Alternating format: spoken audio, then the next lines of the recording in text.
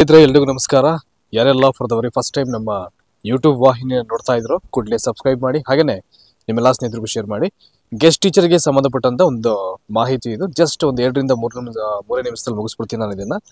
So February ಮಾಹೆಯ ಅತಿಥಿ ಶಿಕ್ಷಕರ ವೇತನ ಈಗ ಅವರ ಖಾತೆಗೆ ಜಮೆ ಆಗಿರುವಂತದ್ದು. ಸೊ ಮೈಸೂರು ಜಿಲ್ಲೆಯ ನಂಜನಗೂಡು ಭಾಗದಲ್ಲಿ ಯಾರೆಲ್ಲ ಸರ್ಕಾರಿ ಕಿರಿಯ ಮತ್ತು ಹಿರಿಯ ಪ್ರಾಥಮಿಕ ಶಾಲೆಗಳಲ್ಲಿ ಅತಿಥಿ ಶಿಕ್ಷಕರಾಗಿ ಸೇವೆಯನ್ನ ಮಾಡ್ತಾ ಇದ್ದಾರೋ ಅವರಿಗೆಲ್ಲ ಫೆಬ್ರವರಿ ಮಾಹೆಯ ವೇತನ ಇವತ್ತು ಜಮೆ ಆಗಿದೆ.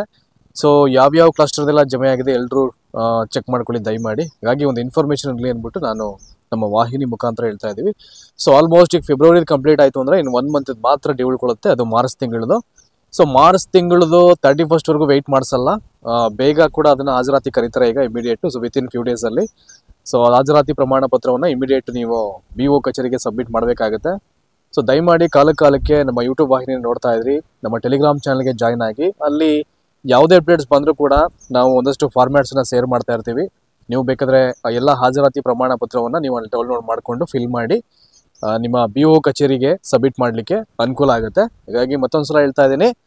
ಸೊ ನಂಜನಗೂಡು ಭಾಗದಲ್ಲಿ ಕೆಲಸ ಮಾಡ್ತಿರತಕ್ಕಂಥ ಅತಿಥಿ ಶಿಕ್ಷಕರು ಅಂತ ಏನಿದ್ದಾರೆ ಕಿರಿಯ ಮತ್ತು ಹಿರಿಯ ಪ್ರಾಥಮಿಕ ಶಾಲೆಗಳಲ್ಲಿ, ಅವರಿಗೆ ಫೆಬ್ರವರಿ ಮಾಹೆಯ ವೇತನ ಅವರ ಖಾತೆಗೆ ಜಮೆ ಆಗಿರುತ್ತೆ. ಸೊ ಮಾರ್ಚ್ ಒಂದು ಡ್ಯೂ ಇದೆ, ಅದು ವಿತ್ ಇನ್ ಫ್ಯೂ ಡೇಸ್ ಅಲ್ಲಿ ಅದು ಕೂಡ ಸಾಧ್ಯವಾದಷ್ಟು ಬೇಗ ಜಮೆ ಮಾಡ್ತಾರೆ. ಯಾಕಂದ್ರೆ ಮಾರ್ಚ್ 31 ಎಲ್ಲಾ ಖಜಾನೆ ಬಿಲ್ಗಳನ್ನ ಅವರು ಕಂಪ್ಲೀಟ್ ಮಾಡಬೇಕಾಗಿದೆ. ಹಾಗಾಗಿ ಸಾಧ್ಯವಾದಷ್ಟು ಬೇಗ ಮಾರ್ಚ್ ಮಾಹೆಯ ಒಂದು ವೇತನವೂ ಕೂಡ ಅವರ ಖಾತೆಗೆ ಜಮೆ ಆಗುತ್ತೆ. ಸೊ ಧನ್ಯವಾದ ಈ ಒಂದು ಸಂಕ್ಷಿಪ್ತ ಮಾಹಿತಿಯನ್ನ ನೋಡೋದಕ್ಕೆ.